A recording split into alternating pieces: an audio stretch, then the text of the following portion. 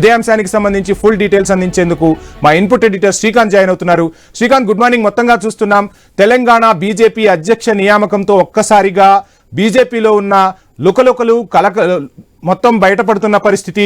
So ఒక రకంగా చెప్పాలంటే ఈటెల రాజేందర్ను కూడా దూరం పెట్టారు.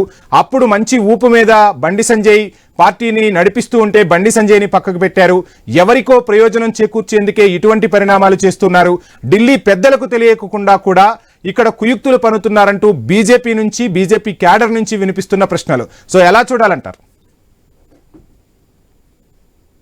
Vamsi, good morning. So Telangana రాష్ట్రంలో నిన్నటి వరకు ఒక్క లెక్క, నిన్నటి నుంచి ఇంకొక లెక్క లాగా నిజానికి భారతీయ జనతా పార్టీ రాష్ట్ర అధ్యక్ష ఎన్నికల విషయంలో కొంత బయటపడ్డది. సో ఇట్లా నేపథ్యంలో భారతీయ జనతా పార్టీ రాష్ట్ర అధ్యక్షుడి ఎంపిక ప్రజలకు తెలియని వ్యక్తి, భారతీయ జనతా పార్టీ కార్యకర్తలు కూడా పూర్తి స్థాయిలో ఎవరికీ పరిచయం లేనటువంటి వ్యక్తిని తీసుకొచ్చారు అన్నది ప్రధానంగా ఉన్నటువంటి విమర్శ. మోటోర్ ఏంటంటే ఒక బీసీకి రాష్ట్ర అధ్యక్షుడు బాధ్యత. అఫ్కోర్స్ పార్టీ విషయంలో తీసుకుంటే కనుక పార్టీ పరంగా చూసుకుంటే 40 ఏళ్ల నుంచి పార్టీ కోసం పనిచేశారు కాబట్టి రామచంద్రరావుకి ఇవ్వడంలో ఎట్లాంటి తప్పు లేదు. పార్టీ లైన్ లో చూసుకుంటే, ఎందుకంటే 40 ఏళ్ల నుంచి ఏబీవీపీ స్టూడెంట్ లీడర్ గా ఉన్నటువంటి రామచంద్రరావు ఆ తర్వాత అక్కడి నుంచి పార్టీలోనే ఉన్నారు. పార్టీలో మారి వచ్చినటువంటి వ్యక్తి కాదు. మిగతా వాళ్ళు ఎవరిని చూసినా గానీ పార్టీలు మారుతూ వచ్చిన వాళ్ళు, ఈవెన్ ఈటెల రాజేందర్తో సహా. కాకపోతే ఇక్కడ ఏంటంటే భారతీయ జనతా పార్టీ అక్కడక్కడ రాజకీయాలు చూస్తూ ఉంటుంది. బట్ ఇక్కడికి వచ్చేసరికి ఇందుకు ఇట్లాంటి నిర్ణయం తీసుకోవాల్సి వచ్చింది. రాష్ట్ర అధ్యక్షుడి విషయంలో ధర్మపురి అరవింద్ పోటీ పడ్డారు. అటు బండి సంజయ్ ఉన్నారు. Of course Bandi Sanjay already కేంద్ర కేబినెట్ లో ఉన్నటువంటి క్రమంలో ఇటు ఈటెల రాజేందర్ పేరును ప్రధానంగా వినిపించారు. కాకపోతే కొంతమంది కలిసి ఈటెల రాజేందర్ ని అడ్డుకొని ఆయన పేరును రాకుండా రామచంద్రరావు పేరును తీసుకొచ్చారు. మోరోవర్ ఏంటంటే ఇందులో రాజా సింగ్ ను కూడా పక్కన పెట్టారు. రాజా సింగ్ తాను కూడా నామినేషన్ వేయడానికి వెళ్తే తన నామినేషన్ వేయకుండా కుట్రపూరితంగా వ్యవహరించారు అన్నది ప్రధానంగా ఆయన చేసినటువంటి కామెంట్. సో తాను కూడా రాష్ట్ర అధ్యక్షుడు రేసులో ఉన్నాను, ఒకవేళ నేను గెలిస్తే ఖచ్చితంగా యోగి ఆదిత్యనాథ్ లాగా తీసుకెళ్తాను పార్టీని, రాష్ట్రాన్ని అంటూ ఆయన చేసినటువంటి కామెంట్. సో తెలంగాణలో భారతీయ జనతా పార్టీ నిజానికి చాలా ఊపు మీద ఉన్నటువంటి క్రమం. ఎందుకంటే బండి సంజయ్ ఎఫెక్ట్ తోటి 2% ఉన్నటువంటి బీజేపీ ఓట్ పర్సెంటేజ్ 14% పెరిగింది.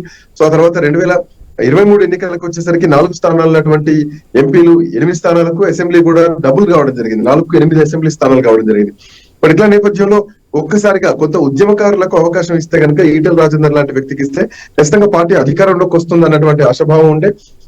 మరోవర్ ఒక పెద్ద ముద్రా సామాజిక వర్గానికి చెందినటువంటి నాయకుడు ఈటెల రాజేందర్. సో ఇక్కడ భారతీయ జనతా పార్టీలో తెలంగాణలో మరీ ముఖ్యంగా ఏంటంటే వ్యక్తి ప్రాధాన్యంగానే ఇక్కడ ఎన్నికలు జరుగుతూ ఉంటాయి, బీజేపీ గెలుస్తా ఉంటుంది. మునుగోడు ఉప ఎన్నిక వచ్చినప్పుడు కోమటిరెడ్డి రాజగోపాల్ రెడ్డి కూడా బీజేపీ కంటే కూడా, పార్టీ కంటే కూడా అక్కడ పర్సన్ మాత్రమే గుర్తించడం జరిగింది. ఈవెన్ హుజరాబాద్ ఉప ఎన్నికల్లో కూడా ఈటెల రాజేందర్ పేరు చూస్తే బీజేపీ అక్కడ గెలిచింది. ఈవెన్ గజ్వేల్ లో కూడా 2000, 3000 ఉన్నటువంటి ఓటు బ్యాంకు ఈటెల రాజేందర్ పోటీ చేస్తేనే 60,000 ఓట్లు రావడం జరిగింది.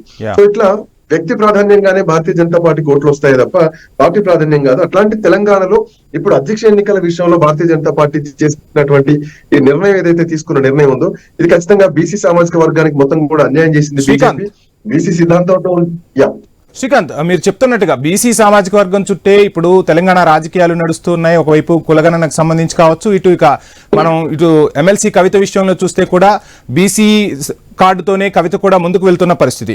అటువంటి నేపథ్యంలో బీజేపీ కూడా బీసీ ముఖ్యమంత్రి అభ్యర్థే ఉంటారు, ఖచ్చితంగా మేము అధికారంలోకి వస్తే బీసీ వ్యక్తిని ముఖ్యమంత్రిని చేస్తామని కూడా ప్రకటించి పార్టీ అధ్యక్షుడికి వచ్చేసరికి ఒక బీసీకి న్యాయం చేయలేదు అనే విమర్శలు కూడా వినిపిస్తున్న పరిస్థితి. సో ఎలా చూడాలంటారు?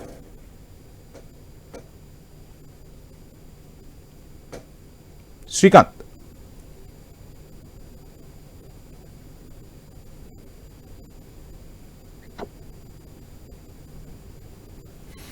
రైట్. మొత్తంగా తెలంగాణలో బీజేపీ అధ్యక్ష పదవి ఒక రకంగా కమలనాథులకు కలవరాన్ని తీసుకొచ్చిన పరిస్థితే కనిపిస్తుంది. తెలంగాణలో భారతీయ జనతా పార్టీలో ఎప్పుడు ఊహించని విధంగా తిరుగుబాటు అయితే వచ్చింది.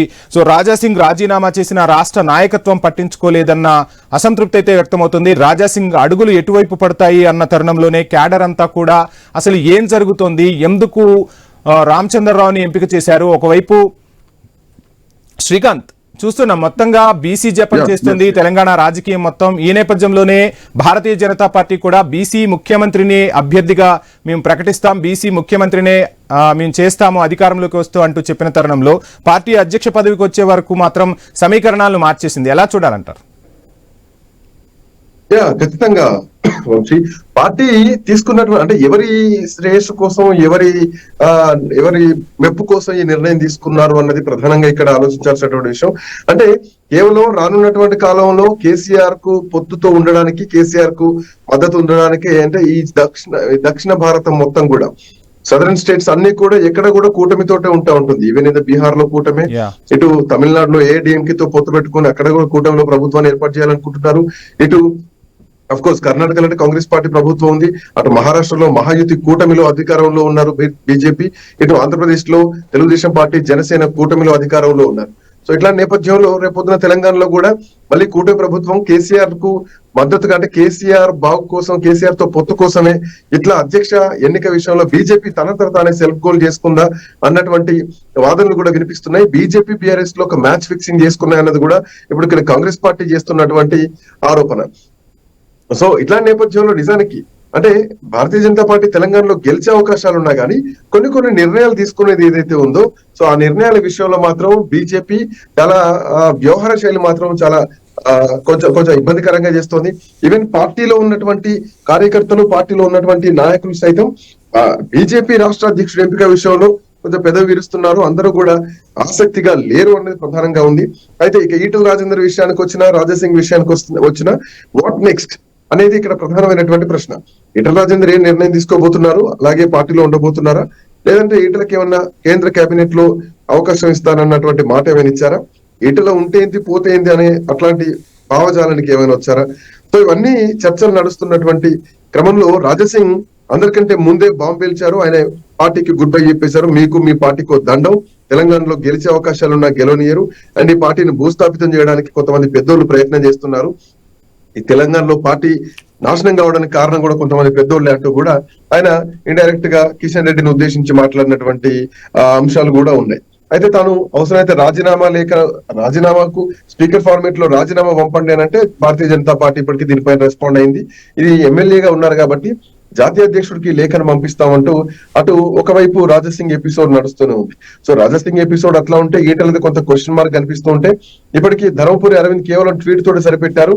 కీలకమైనటువంటి కొంతమంది నాయకులు ఈ ఏదైతే నిన్న ప్రమాణ స్వీకార కార్యక్రమం ఉందో, అధ్యక్ష బాధ్యతలు స్వీకరించే కార్యక్రమం, ఆ కార్యక్రమానికి రాకపోవడం, ఈటల వచ్చినా కానీ పెద్దగా పెద్దగా కనిపించకపోవడం, ఇవన్నీ కూడా కీలకమైనటువంటి నాయకులు రాకపోవడం బీజేపీలో కొన్ని క్వశ్చన్ మార్క్స్ అయితే కనిపిస్తున్నాయి. అంత దూకుడుగా బీజేపీ తెలంగాణలో ముందుకు వెళ్ళగలుగుతుందా? ఈ అధ్యక్షుడు ఎట్లాంటి చేంజ్ ఓవర్స్ తీసుకురాబోతున్నారు? ఎందుకంటే తెలంగాణ రాజకీయాలు మొత్తం కూడా ఒక మాస్ పాలిటిక్స్ నడుస్తూ ఉంటాయి. రేవంత్ రెడ్డి ఒక mass politician, KCR mass politician, even KTR, Harish Rao, Kavitha అందరూ కూడా ఒక మాస్ పొలిటీషియన్. అట్లాంటి ధోరణిలో తీసుకుపోగలుగుతారా? అంత ప్రజాదరణ ఉందా? అంత ప్రజల్లో ఫెమిలియర్ అయి ఇప్పుడున్నటువంటి అధ్యక్షుడు అన్నది కూడా కొంత ఆశ్చర్యకరంగా ఉంది. శ్రీకాంత్, మీరు చెప్పినట్టుగా మనము మిగతా రాష్ట్రాల్లో అంటే దక్షిణాదిపై బీజేపీ అయితే కాన్సన్ట్రేట్ చేసింది, సొంతంగా అధికారంలోకి వచ్చే రాని పక్షంలో అక్కడ పొత్తులు పెట్టుకుని అధికారంలో కొనసాగుతున్న పరిస్థితి. కానీ తెలంగాణకు వచ్చేసరికి పూర్తి భిన్నంగా ఉన్న పరిస్థితి. ఎమ్మెల్యే సీట్లను గెలుచుకుంది, ఎంపీ సీట్లను గెలుచుకుంది, పార్టీ బలంగా ఉంది. ముఖ్యంగా గ్రామీణ ప్రాంతాల్లో వదిలేస్తే నగరాల్లో కాస్త పార్టీ బలంగా ఉన్న పరిస్థితి. రాజాసింగ్ లాంటి వాళ్ళు ఎక్కడ గెలవని టైంలో కూడా గెలిచి చూపించిన పరిస్థితి. సో ఇటువంటి తరుణంలో పార్టీ కార్యకర్తలు ఆవేదన వ్యక్తం చేస్తున్నట్టు, రాజాసింగ్ లాంటి వాళ్ళు ఆవేదన వ్యక్తం చేస్తున్నట్లు, తిరుగుబాటు చేస్తున్నట్టుగా, అంటే అధికారంలోకి వచ్చే సూచనలు ఉన్నా కానీ మన పార్టీలోని నాయకుల వల్లే మనం అధికారంలోకి రాలేకపోతున్నాం అనేది బాగా వినిపిస్తున్నమాట. సో తెలంగాణ రాజకీయానికి మిగతా అంటే దక్షిణాది రాష్ట్రాల రాజకీయానికి భారతీయ జనతా పార్టీ చాలా తేడా ఉంది. ఈ తేడాను అధినాయకత్వం ఎందుకు గమనించలేకపోతుంది? ఎలా చూడాలంటారు? అంటే మీరు అన్నట్టు కరెక్ట్. తెలంగాణలో ఒక ప్రత్యేకమైనటువంటి శైలి ఉంటుంది. ఎందుకంటే ఇక్కడ రాజకీయాలు ఖచ్చితంగా వేరు. ఎందుకంటే అస్తిత్వం కోసం పోరాడినటువంటి నేల. అండ్ మొదటి నుంచి తెలంగాణలో ఏదో ఒక పోరాటం కొనసాగుతూనే ఉంటుంది. రైతు పోరాటం కానీ, ఆ తర్వాత సాయుధ రైతాంగ పోరాటం కానీ, ఆ తర్వాత తెలంగాణ తొలి దశ ఉద్యమం గాని, ఆ తర్వాత తెలంగాణ మలిదశ ఉద్యమం గాని. సో ఇట్లా ప్రతి ఫేజ్ లో ఏదో ఒక ఉద్యమం తెలంగాణలో నడుస్తూనే ఉంది. సో ఇప్పుడు మళ్ళీ అట్లాంటి సిద్ధాంతం ఇంకోటి కనిపిస్తోంది. తెలంగాణలో బీసీ ఉద్యమం రాబోతోంది. సో బీసీ ఉద్యమం ఆల్రెడీ నడుస్తుంది, ఇది కూడా రాను రాను తీవ్రతరం కాబోతోంది. సో ఇట్లాంటి పరిస్థితుల్లో భారతీయ జనతా పార్టీ ఈ అడుగులు వేయడం అంటే ఇక్కడ ఇంకొక పాయింట్, అధ్యక్ష ఇప్పుడు ఎవరినైనా బీసీని అధ్యక్షునిగా పెడితే ఈటల రాజేందర్ పెట్టినా లేదంటే అరవింద్ పెట్టినా ఇక అధ్యక్షుడు ఫైనల్ అని చెప్పినట్టే. అయితే ఇక్కడ ఒక అగ్రవర్ణానికి చెందినటువంటి అధ్యక్షుని పెట్టారు కాబట్టి ఇంకా ఇక్కడ అవకాశం ఉంది బీసీని అధ్యక్షుని చేయడానికి అన్నటువంటి ఒక సంకేతాన్ని కూడా భారతీయ జనతా పార్టీ అధిష్టానం ఇచ్చింది అని చెప్పడంలో కొంత ఇండెప్త్ మాత్రం కొంత అర్థం కనిపిస్తోంది. ఇంకా కూడా అవకాశం ఉంది. ఇంకో బీసీ నాయకుడికి అంటే ఎన్నికల కంటే ముందు ఒక బీసీ నాయకుడికి అధ్యక్షుడి పదవి ఇవ్వచ్చేటువంటి అవకాశాలు ఉండే ఛాన్సెస్ అయితే కనిపిస్తున్నాయి. దాంట్లో అది బండి సంజయ్ అవుతారా లేదంటే ఈటల రాజేందర్ అవుతారా అన్నది మాత్రం చూడాలి. ఒకవేళ ఈ లోపే ఈటల రాజేందర్ వెళ్ళిపోతే గనక ఖచ్చితంగా ఎన్నికలకు సంవత్సరం ముందు అధ్యక్షుడి ఎంపిక మళ్ళీ ఉండే అవకాశాలు ఉంటాయి. ఒకవేళ అది అట్లాంటి ఛాన్స్ ఉంటే కనుక అప్పుడు బండి సంజయ్కి అవకాశం ఉంటుంది. సో ఇప్పుడున్నటువంటి సినారియోలో మాత్రం ప్రస్తుతానికి బీజేపీ అధ్యక్షుడి ఎంపిక జరిగినా కానీ ఇది కేవలం ఇప్పటి వరకు మాత్రమే దీన్ని చూడాలి అన్నది మాత్రం ఒక సంకేతం కనిపిస్తోంది. భవిష్యత్తులో మళ్ళీ మార్పులు చేర్పులు ఉండొచ్చు.